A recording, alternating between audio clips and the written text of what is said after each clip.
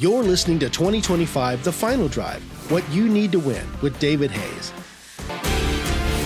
Welcome to 2025 The Final Drive, What You Need to Know to Win. Of course, that is the metaphor on my football coaching and playing days, because when you're on the final drive, the time is ticking, time is running out, and the time to go is now. Man, I have some great things to talk with you today. As Congress passed the Secure Act 2 on December 23rd, 2022, with the clock ticking, Congress passed the Secure 2.0 Act of 2022 as part of the Consolidated Appropriations Act 2023, that $1.65 trillion spending package to keep the government running.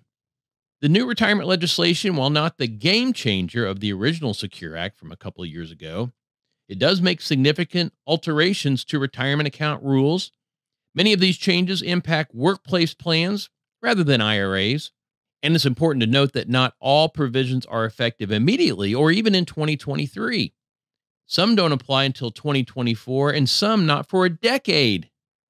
Of the 90-plus changes, we're going to talk about some of the key ones today and the whys behind a few. So keep in mind, Congress passed a version of this some time ago. It went to the Senate. They put it through their bird bath as always. They sent it back with little change, and now it's back and passed again by Congress. Heading back to the Senate with pretty much bipartisan support buying in, at least enough to get it through. So what's in it? This is one we talked about in an episode previously on why age 75. Why would required minimum distributions be moved to 75, especially when we need your money now? Well, this provision that's been passed on both the RMD and Roth changes kind of has a cake and eat it too feel to it. Like, yeah, we're going to have our cake and eat it too, which means we're going to have our cake for later because there's a lot of money down the road we're going to get our hands on tax-wise. We also need some money now. So here is the rule. Required minimum distribution age is increasing to age 73 starting in 2023. This age will increase to 75, but not until January 1st of 2033, 10 years from now. Remember how we make budgets in 10-year time slots. So this lines up perfectly from what I talked about previously on there's going to be a lot of money to be had later. Anyone currently subject to RMDs under the old 70.5 or 72, they have to continue to follow their rules. I was talking with someone today about this. So if it's 73 next year and you're 72 right now, you're already on minimum distributions. So it really doesn't apply to you. But if you're 71, now you won't have to take RMDs until you're 73. So that's really the only age group that I see this affecting in a great deal. But let's go back to why. Why age 75 and why the year 2033? Well, let's do the math again on this. The peak of the baby boom generation arguably was born somewhere and immigration adjusted somewhere between 1958 and 1962. The big old bunch of people, right? That's sort of the peak of it all. In 2033, this group will be between the ages of 71 and 75. Perfect tee up, right? With an estimated trillions and trillions of dollars stuck in these retirement plans that had not been tapped. Now you're older, right? 75, which means you'll have larger required distributions. Remember, the older you get, the more they make you take out. So we have massive required distributions.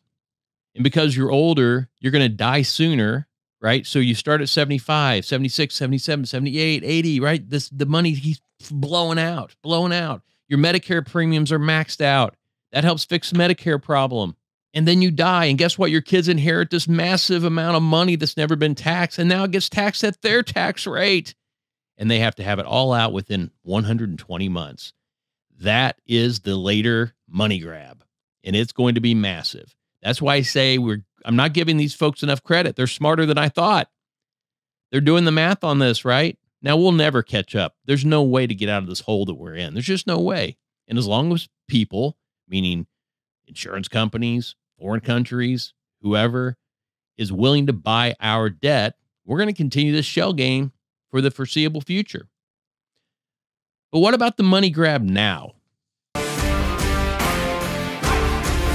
Thank you for listening to this podcast. The clock is ticking. Each decision that is made today will put more money into your pocket or leave you worried about your financial future. The time to prepare is now. The time to eliminate risk was yesterday. Let's partner to help those around us to make decisions that empower their financial future. If you would like to book David for a speaking event, please contact CFC at cfci.us. You can purchase his book, 2025 The Final Drive, by going to www.cfci.us